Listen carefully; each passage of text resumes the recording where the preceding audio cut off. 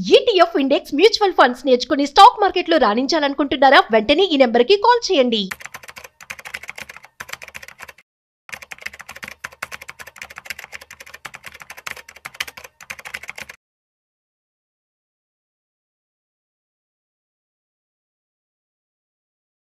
ఒక breaking news. ఇప్పుడే అహ్మదాబాద్ దగ్గర ఎయిర్ ఇండియా ఎయిర్ క్రాఫ్ట్ అనేది కుప్పకూలి. ఇందులో చాలా మంది ప్రాణాలు కోల్పోయారు. 242 మంది బ్యాడ్లీ బర్న్ట్ కాలిపోయారనమాట. ఇది ఒక చాలా బాధాకర విషయం అని చెప్పుకోవాలి. At the same time air India stocks కావచ్చు, ఎయిర్ ఇండియాకి సంబంధించినటువంటి బిజినెస్ అనేది ఎలా ఉండబోతుంది ఏంటి అనేది ఇవాళ మనతో చెప్పడానికి స్టాక్ మార్కెట్ ఎక్స్పర్ట్ శ్రీరామచంద్రమూర్తి గారు మనతో ఉన్నారు. సో వారి మాటలో మరింత సమాచారం అడిగి తెలుసుకుందాం. సో హాయ్ సార్, నమస్తే.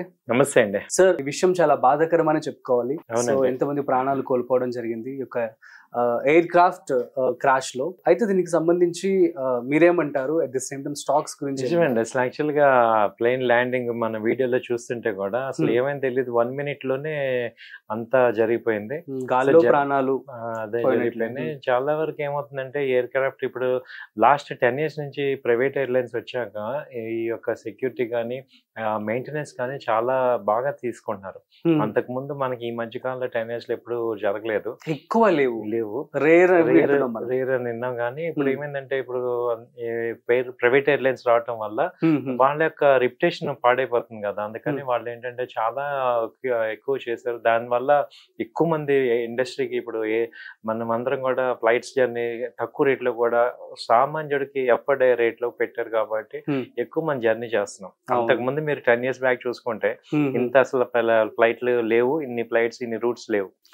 బట్ ఇలాంటిది ఏమవుతుందంటే ఇలాంటి సంఘటనలు జరగడం వల్ల కొంత అపనమ్మకం అయితే వస్తుంది. నిజంగా మనం ఫ్లైట్ లో జర్నీ చేయాలంటే కంఫర్ట్స్ ఉన్నాయి కానీ at the same time risk కూడా చాలా ఎక్కువ. ఇదేంటంటే ఏ మాత్రం తేడా వచ్చినా మొత్తం అందరికీ కూడా ఎఫెక్ట్ అయిపోయే సిచ్యువేషన్ జరుగుతుంటాయి. అవును. సో ఎన్ని జాగ్రత్తలు తీసుకున్నా ఒక్కోసారి మిస్ఫైర్ అవుతూ ఉంటాయి. సో మనం కమింగ్ బ్యాక్ ఈ ఇండస్ట్రీ మొత్తానికి వస్తే ఇప్పుడు ఎయిర్లైన్ కంపెనీస్ ఏమన్నాయంటే ఇండిగో మనకి లిస్టింగ్ లో ఉంది, అలాగే జెట్ ఎయిర్వేస్ లిస్టింగ్ లో ఉంది.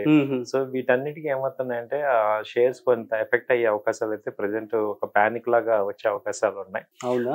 బట్ ఓవరాల్ గా అంటే ఇన్సిడెంట్స్ ఏంటంటే ఇప్పుడు ట్రైన్ యాక్సిడెంట్ అయిందని ట్రైన్ మానలేం కదా, ఉన్న అవే కాబట్టి అదే బాధ అందరికి. జరిగిన వెంటనే అందరి మనసులో వచ్చే ఒక భయమే అది. భయమే. నెక్స్ట్ టైం వెళ్ళాలి అంటే భయపడుతూ ఉంటాం. మేబీ కొన్ని రోజులు ఇది కొనసాగుతూ ఎఫెక్ట్ ఉంటుంది. సో అయితే ఏమంటే ఒక్కోసారి మీరు అన్నట్టు ఇప్పుడు ఒక రోజులో దాదాపు ఒక 1000 ఫ్లైట్లు వెళ్తుంటే మనకి యావరేజ్ మనకి వచ్చే రిస్క్ అనేది జస్ట్ 0.01 అనమాట. గ్రేట్ అనే చెప్పుకోవాలి, చాలా గ్రేట్ అనే చెప్పుకోవాలి. సో ఎప్పుడో జరుగుతాయి ఒక్కోసారి, అవి బ్యాడ్ డేస్ అనుకోవాలి. బట్ మూవ్ ఆన్ అవటమే. సో దీన్ని ఇలా జరిగిందని ఇంకా మళ్ళీ జరుగుతుందా అని అనడానికి లేదు. సో అంటే మనకి ఏమైందంటే ఈ మధ్య ఇదో ఈ ఇన్సిడెంట్ ఈ మధ్య ఎక్కువ ఇలాంటి బ్యాడ్ జరుగుతుంది. అంతకుముందు మనకి అసలు పహల్గామ్ దాడి కూడా హ్యాపీగా టూరిజం వాళ్ళు వెళ్ళిన వాళ్ళు కూడా ఇలాగే అన్ఎక్స్పెక్టెడ్ గా జరిగాయి. సో ఈ మధ్య ఇలాంటివి ఏమవుతున్నాయంటే ఇండియాని ఒక రకంగా ఏదన్నా పట్టి పీడిస్తున్నట్టు అనిపిస్తుంది ఒక గ్రోత్ ని. సో ఇవన్నీ కరోనా కావచ్చు, కరోనా గ్రోత్ ని ఇబ్బంది పెట్టే సంఘటనలు ఇవి. సో ఇండస్ట్రీ కూడా ఇప్పుడు అక్కడ టూరిజం ఎలా అయితే ఎఫెక్ట్ అయ్యి అంత ఇప్పటిదాకా బాగున్న టూరిజం, ఒక మంచి రెవెన్యూ వచ్చే టూరిజం సడన్ గా ఆగిపోయింది చిన్న బ్యాడ్ న్యూస్ తో.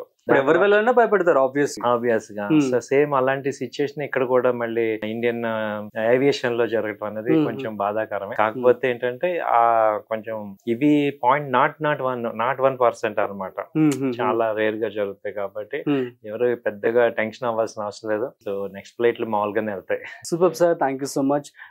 మన సుమన్ టీవీ తరపు నుంచి వాళ్ళందరికీ కూడా సంతాపం తెలియజేస్తూ at the same time so దీనికి సంబంధించి స్టాక్ అయితే ఎయిర్ ఇండియాకి సంబంధించి కావచ్చు, ఎయిర్లైన్ సంబంధించిన స్టాక్స్ అన్ని కూడా కొంచెం ఫ్లక్చువేట్ అయ్యే ఛాన్స్ అయితే ఉంటుందని చెప్పి కూడా శ్రీరామచంద్రమూర్తి గారు చెప్తూ ఉన్నారు. సో డోంట్ వరీ, సో మళ్ళీ అగైన్ రికవర్ అయ్యే ఛాన్స్ ఉంటుంది కదా. Yeah, so guys that's it. So మరొక ఇంట్రెస్టింగ్ కాంటెంట్ తో మళ్ళీ కలుద్దాం.